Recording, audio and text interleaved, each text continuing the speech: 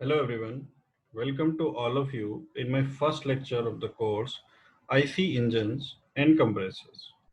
In this lecture, we will discuss the outcomes of this course and prerequisites. So these are the outcomes of this course. Course outcomes means what a student can understand and learn after completing this course. In this course, students will be able to learn about air standard, fuel air, and actual cycles which are used in IC engines, and also they learn about the fuel supply system and combustion phenomena in both petrol and diesel engines. Student can also learn what are the major exhaust emissions or pollutants coming out from the internal combustion engines and how to control them. Student can also learn about the cooling and lubrication system used in internal combustion engines and working of compressors. So these are some outcomes of this course. इसके बाद हम देखते हैं कि इस course को करने से पहले हमें क्या-क्या कॉन्सेप्ट्स आने चाहिए, तो उनको पहले थोड़ा रिवाइज कर लेते हैं। तो सबसे पहले देखते हैं ideal gas equations.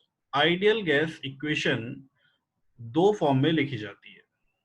Number one is PV is equal to NR/T and second one is PV is equal to MRT।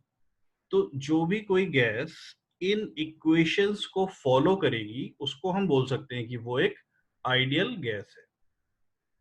तो इन दो फॉर्म को पहले समझ लेते हैं। इसमें नोटेशंस और यूनिट्स को स्पेशली ध्यान में रखते हुए समझना है, इसमें बहुत कॉम्प्लिकेशंस हो जाती हैं कभी कभी। तो पहली इक्वेशन को पहले देखते हैं, PV is equal to NR/T। इसके नोटेशंस पहले देखते हैं। P प्रेशर, जिसकी यूनिट होगी न्यूटन पर मीटर स्क्वायर पास्कल या फिर किलो न्यूटन पर metre square kilo pascal. V denote करता है यहाँ पे वॉल्यूम, इसकी यूनिट होगी metre cube, is equal to small n। Small n क्या होगा?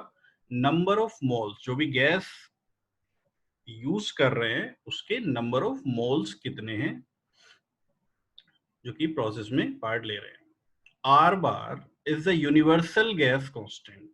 यूनिवर्सल जो ये वर्ड यहाँ पे यूज हुआ है, इसका एक स्पेशल मीनिंग है कि ये जो गैस कांस्टेंट है वो यूनिवर्सली अप्लाइड है। यूनिवर्सली का मतलब हर एक गैस के लिए ये जो गैस कांस्टेंट है वो सेम रहेगा, और उसकी वैल्यू कितनी होगी? 8.314, और उसकी यूनिट होगी जूल पर मोल केल्विन या फिर किलो जूल पर किलो मोल केल्विन। यहाँ ऊपर और नीचे दोनों तरफ किलो यानी कि 10⁻³ से मल्टीप्लाई कर दिया गया है।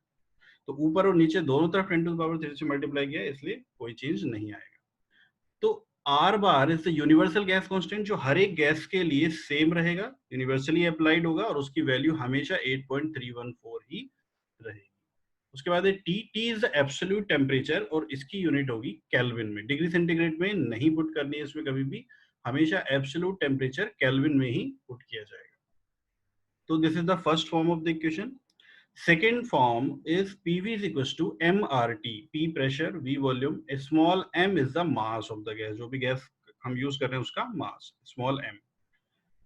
Capital R is the characteristic gas constant. यहाँ पे एक वर्ड यूज हो रहा है कैरेक्टरिस्टिक। इसका मतलब ये है कि कोई एक पर्टिकुलर गैस का ये कांस्टेंट है जो उसी गैस की कैरेक्टरिस्टिक्स को डिनोट करता है। तो R is the characteristic gas constant, जो हर एक गैस के लिए अलग अलग होगा और हर एक गैस की कैरेक्टरिस्टिक्स को डिनोट करेगा। स्मॉल r और कैपिटल R और R बार में क्या रिलेशन होता है? R is equal to R bar upon mu, where mu is the molecular weight of the gas. तो अगर हम यूनिवर्सल गैस कांस्टेंट को किसी गैस के मॉलिक्यूलर वेट से डिवाइड कर देंगे तो हमें उसी पर्टिकुलर गैस का कैरेक्टरिस्टिक गैस कांस्टेंट यहाँ पे मिल जाएगा। फॉर एग्जांपल, जैसे हमने एयर के लिए लिया, तो एयर के लिए R is equal to R bar upon mu. R bar is universally applied, 8.314 होगा सभी के लिए, and mu molecular weight of air. Molecular weight of air is assumed to be 29 gram पर मोल या फिर किलोग्राम पर किलो मोल। तो 8.314 को 29 से डिवाइड करेंगे तो एयर के लिए हमें कैरेक्टरिस्टिक गैस कांस्टेंट मिलेगा जिसकी वैल्यू होगी 0.287 किलो जूल पर केजी केल्विन। इसकी यूनिट होती है किलो जूल पर KG kelvin, characteristic gas constant की यूनिट, या फिर जूल पर ग्राम केल्विन भी हो सकती है। तो ये है mu is equal to molecular weight. Molecular weight क्या होता है? Mu is equal to m upon m। m क्या है? मास ऑफ द गैस, और n क्या है? Number of moles. तो अगर मास को आप ग्राम में पुट कर रहे हैं तो नंबर ऑफ मोल्स मोल में रहेंगे, नंबर ऑफ मोल्स होंगे, और अगर m को आप किलोग्राम में पुट कर रहे हैं तो नीचे नंबर ऑफ किलो मोल्स होंगे। तो इस तरह से मोलिकुलर वेट की यूनिट हो जाती है ग्राम पर मोल या फिर किलोग्राम पर किलो मोल। अब देखिए इस इक्वेशन से हम दूसरी इक्वेशन कैसे ड्राइव कर सकते हैं। सपोज यहाँ पे देखिए n नंबर ऑफ मोल्स की वैल्यू कितनी हो जाएगी? Mass upon molecular weight. तो अगर इस पहली इक्वेशन में हम n की जगह पे m अपॉन म्यू पुट करते हैं तो r बार अपॉन म्यू क्या हो जाएगा? r characteristic gas constant. तो ये इक्वेशन बन जाएगी PV is equal to mRT, जो कि सेकंड फॉर्म। तो इसमें बस यूनिट्स का स्पेशली ध्यान देना है। आइडियल गैस इक्वेशन की दो फॉर्म होती हैं, PV is equal to N R bar T. Small N number of moles होते हैं और R bar universal gas constant होता है जिसकी वैल्यू सभी गैसेस के लिए 8.314 जूल पर मोल केल्विन होती है। And second one is PV is equal to M R T, जहाँ पे एम गैस का मास होता है और आर कैरेक्टरिस्टिक गैस कांस्टेंट होता है। जो भी गैस हम यूज कर रहे हैं सिर्फ उसी के लिए पर्टिकुलर उसकी कुछ पर्टिकुलर वैल्यू होगी, और उससे अगर कोई दूसरी गैस यूज करती है तो इसकी वैल्यू चेंज हो जाएगी। तो these are the two forms of ideal gas equation. तो जो भी कोई गैस इन इक्वेशंस को फॉलो करेगी वो कंसिडर की जाएगी as an ideal gas. Next हम थर्मोडायनेमिक प्रोसेसेस को डिस्कस करते हैं और देखते हैं कि उनका क्या फिजिकल सिग्निफिकेंस है, उसमें वर्क कैसे कैलकुलेट करते हैं और हीट ट्रांसफर कैसे कैलकुलेट करते हैं। तो सबसे पहले देखते हैं आइसोबैरिक और कांस्टेंट प्रेशर प्रोसेस। आइसोबैरिक और कांस्टेंट प्रेशर प्रोसेस। तो आइडियल गैस इक्वेशन जो हमने अभी देखी, PV is equal to mRT। अब इस आइडियल गैस में किसी एक पर्टिकुलर गैस के लिए उसका मास फिक्स्ड है, कांस्टेंट है, कैरेक्टरिस्टिक गैस कांस्टेंट वो भी एक कांस्टेंट ही है। तो m और r ये दोनों टर्म क्या होगी? ये कांस्टेंट रहेंगी। अगर हम कांस्टेंट प्रेशर प्रोसेस की बात कर रहे हैं तो p प्रेशर भी कांस्टेंट हो गया, यानी कि p m और r तीनों कांस्टेंट हैं। इसका मतलब v जो है वो डायरेक्टली प्रोपोर्शनल होगा t के, यानी कि वॉल्यूम डायरेक्टली प्रोपोर्शनल होगा टेम्परेचर के। तो इसको हम इस तरह से भी लिख सकते हैं v1 upon v2 is equal to t1 upon t2। v1 upon v2 is equal to t1 upon T2। ना अब देखते हैं non flow work. Non flow work कैसे कैलकुलेट किया जाता है? PdV से। इंटीग्रल PdV, प्रोसेस की इनिशियल स्टेज से प्रोसेस की फाइनल स्टेज तक अगर हम प्रेशर को वॉल्यूम के रेस्पेक्ट में इंटीग्रेट करते हैं तो हमें क्या मिलता है? Non flow work. यहाँ पे देखिए वर्टिकल एक्सिस पे प्रेशर है और हॉरिजॉन्टल एक्सिस पे वॉल्यूम है। इसको पीवी डायग्राम बोलते हैं। पीवी डायग्राम पे हमने एक कांस्टेंट प्रेशर प्रोसेस को ड्रॉ किया है। वर्टिकल एक्सिस पे प्रेशर है तो कांस्टेंट प्रेशर प्रोसेस के लिए एक हॉरिजॉन्टल लाइन आएगी, this is process 1 2। This is process 1 2 is constant pressure या फिर आइसोबैरिक प्रोसेस। तो पीडीवी में देखते हैं अगर आइसोबैरिक प्रोसेस को हम यूज कर रहे हैं तो पी यानी कि प्रेशर इज कांस्टेंट, तो वो इंटीग्रल के बाहर आ जाएगा। और डीवी को अगर हम इंटीग्रेट कर देंगे बिटवीन लिमिट्स 1 एंड 2 तो ये क्या हो जाएगा? P v2 minus v1। एक और डेफिनेशन होती है नॉन फ्लो वर्क की कि किसी पीवी डायग्राम पे किसी भी कर्व के अंडर का एरिया वॉल्यूम एक्सिस पे जो भी एरिया बनता है that will be the non flow work. तो अगर हम देखें इस प्रोसेस 1 2 के अंडर में वॉल्यूम एक्सिस पे कितना एरिया आ रहा है, तो ये पर्पल कलर में जो आपको एक रेक्टेंगल यहाँ पे दिखाई दे रहा है that is the area under this curve 1 2 on volume axis. तो इस रेक्टेंगल का एरिया कितना होगा? this length is p and this length is v2 minus v1। तो दोनों लेंथ को मल्टीप्लाई कर देंगे लेंथ इंटू ब्रेथ को, तो क्या आ जाएगा? p into v2 minus v1, p into v2 minus v1। तो जो हमने pdv से निकाला है वही इसके अंडर का एरिया भी है। Next is flow work. Flow work calculate करते हैं माइनस v dp से। चूंकि कांस्टेंट प्रेशर प्रोसेस है तो dp will be zero, that means flow work will be zero. तो flow work for constant pressure process will be 0. Also flow work की भी एक डेफिनेशन होती है कि किसी भी कर्व के अंडर का एरिया पीवी डायग्राम पे ऑन प्रेशर एक्सेस पे जितना एरिया बनता है वो शो करता है फ्लो वर्क. याद रखना, वॉल्यूम एक्सेस पे जो एरिया आ रहा है that is non flow work, और प्रेशर एक्सेस पे जो एरिया आ रहा है दैट इज फ्लो वर्क. तो अगर हम इस लाइन की बात करें तो इस लाइन का एरिया प्रेशर एक्सेस पे कुछ भी नहीं आ रहा है, सिर्फ एक लाइन आएगी, सिर्फ एक डॉट आएगा जिसका एरिया कितना होगा 0. तो इसलिए फ्लो वर्क कितना हो जाएगा कांस्टेंट प्रेशर प्रोसेस के लिए 0. Now heat transfer constant pressure process के लिए Q is equals to mCp T2 minus T1 होती है, जहां पे m mass of the gas, Cp specific heat at constant pressure, and T2 is the 0.2 temperature, T1 is the 0.1 temperature. तो this is the heat transfer. तो ये है कुछ equations जो कांस्टेंट प्रेशर प्रोसेस के लिए हम यूज करेंगे. आइडियल गैस इक्वेशन जो सभी के लिए यूज कर सकते हैं.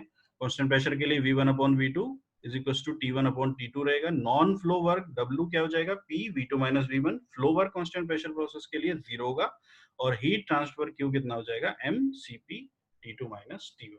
So this is the constant pressure process. Next is isochoric or constant volume process. Isochoric or constant volume process. तो आइडियल गैस इक्वेशन ये तो सभी प्रोसेस के लिए वैलिड रहेगी. Ideal gas equation P = mRT में m और r तो कांस्टेंट है ही. कांस्टेंट वॉल्यूम प्रोसेस के लिए वॉल्यूम V कांस्टेंट हो जाएगा. इसका मतलब V, m, r तीनों कांस्टेंट.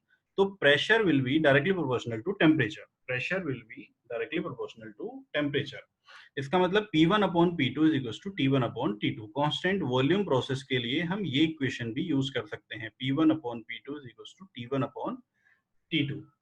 नाउ इस डायग्राम में, पीवी डायग्राम में हमने एक कांस्टेंट वॉल्यूम प्रोसेस को ड्रॉ किया, आइसोकोरिक प्रोसेस को ड्रॉ किया. दैट इज 1 2 जो ग्रीन लाइन के थ्रू आपको दिख रहा है. This is the process 1 2 which is isochoric process.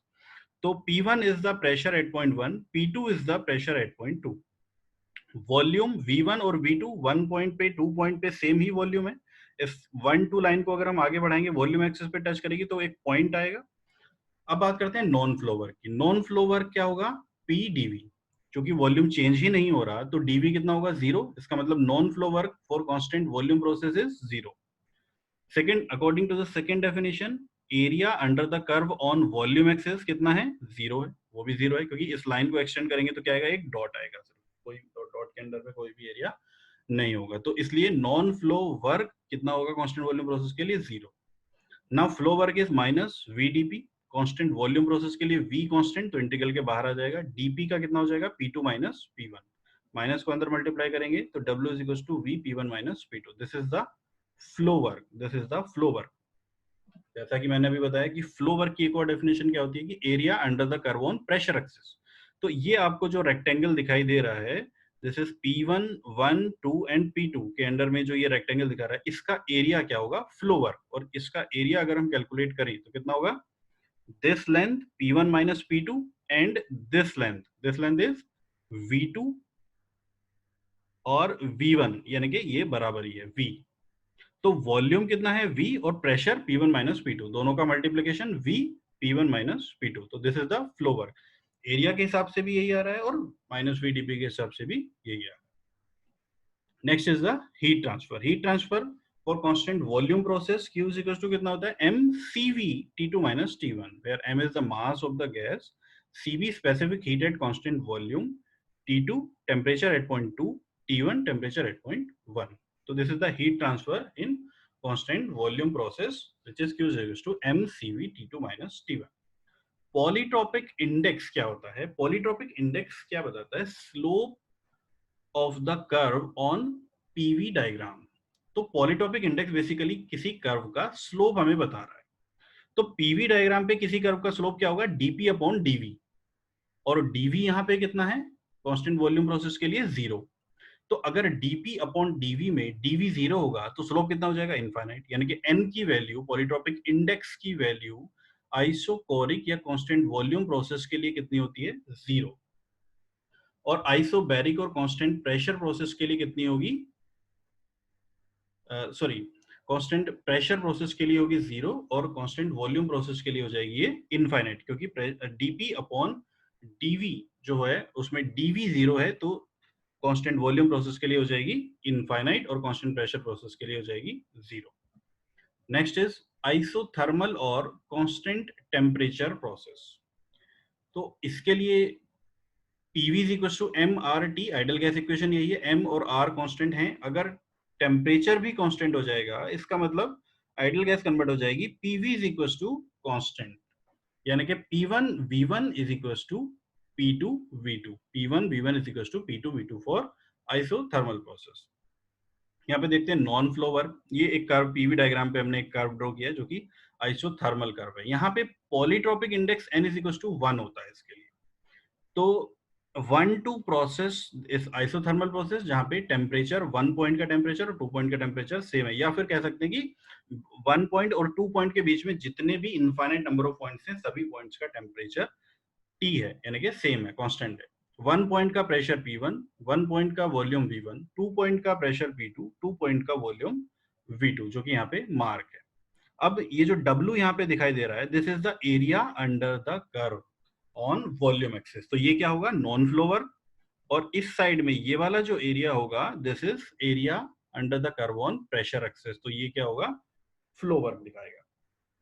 तो चूंकि यहाँ पे ये एक कर्व है, तो हम तो हम यहाँ पे ज्योमेट्री के थ्रू तो इसका एरिया कैलकुलेट नहीं कर पाएंगे, इसलिए हम क्या करते हैं, non flow work W is equal to integral PdV के थ्रू इसको कैलकुलेट करते हैं।